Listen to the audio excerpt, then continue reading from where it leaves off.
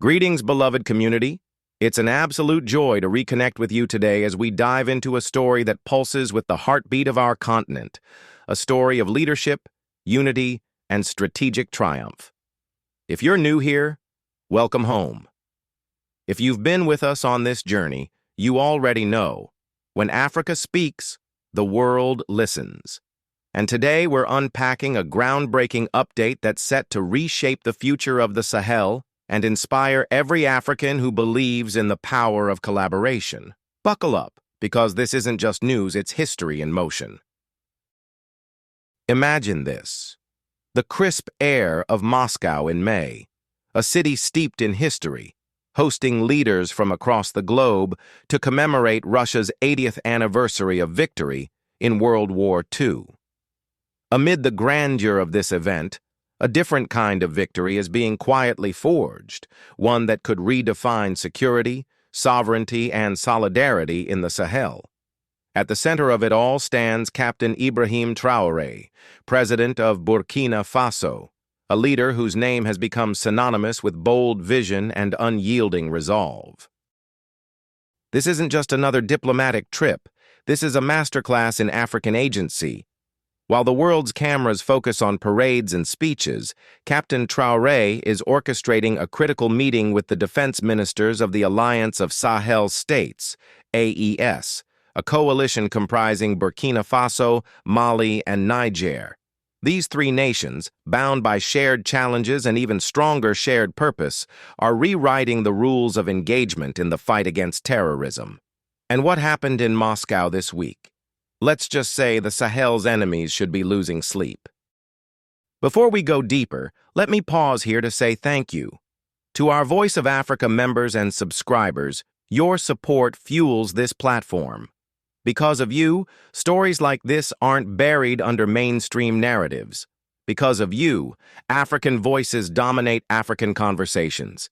Keep sharing, keep commenting, and keep standing tall with us. Together, we're not just a channel. We're a movement. Now, back to Moscow. Picture this scene. Captain Traoré, in his signature red beret, sits across from the AES defense ministers. The energy in the room? Electric. These aren't just bureaucrats exchanging pleasantries. These are warriors, strategists, and patriots hammering out a blueprint for survival. The agenda?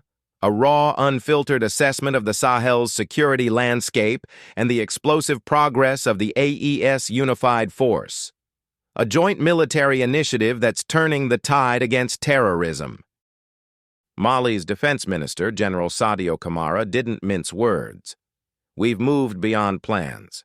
We're seeing victories on the ground. Let that sink in. For years, the Sahel has been labeled a hotspot, a crisis zone, a place of despair. But here, in a quiet room thousands of miles from home, leaders are trading stories of reclaimed villages, disrupted terror networks, and communities breathing easier.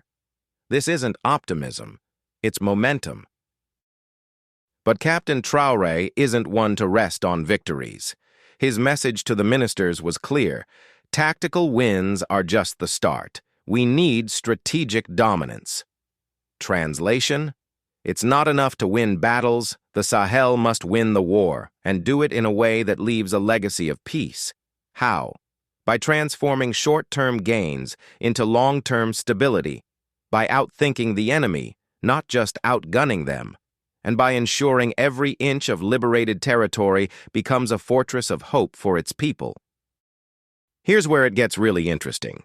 General Kamara revealed that Traoré's guidance wasn't just about military strategy. It was a crash course in geopolitical chess.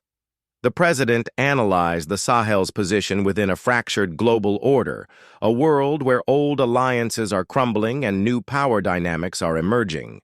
He challenged the ministers to see the Sahel not as a victim of circumstance, but as a shaper of destiny. Think about it. Russia's role in this equation isn't accidental. By engaging Moscow during its Victory Day celebrations, Traoré is sending a dual message. To the West, Africa chooses its partners based on mutual respect, not colonial nostalgia. To the Sahel, Our sovereignty is non-negotiable, and our alliances must serve our interests. This isn't about picking sides. It's about standing tall on our own terms. But let's get real for a moment. The road ahead is jagged. Terrorism thrives in the cracks of poverty, governance gaps, and external interference. The AES nations know this. That's why their strategy isn't just bullets and battalions. It's about hearts and minds. Every village secured is a potential hub for schools, clinics, and trade. Every terrorist defeated creates space for farmers to till their land, mothers to raise their children, and entrepreneurs to dream again. This is the unspoken truth of the Sahel's struggle. Victory isn't just survival, it's thrival. And here's the kicker. The AES isn't waiting for permission or handouts. They're building a homegrown security architecture, one that respects African rhythms and realities. No more advisors dictating terms from air-conditioned offices. This is by Africa, for Africa, a model that could inspire the entire continent. To our incredible subscribers, especially our Voice of Africa members, this is why your support matters. Stories like these aren't just headlines. They're proof that when African leaders prioritize African solutions, miracles happen. You're not just watching history, you're amplifying it. So from the bottom of my heart, thank you. Now let's talk about the elephant in the room. Why Moscow? Critics will call it a provocation. Cynics will whisper about hidden agendas. But let's speak plainly. The Sahel's old partners offered drones and debt. Russia, for all its complexities, offered something radical: a seat at the table. In a world where Africa is too often treated as a pawn, Captain Traoré is playing grandmaster.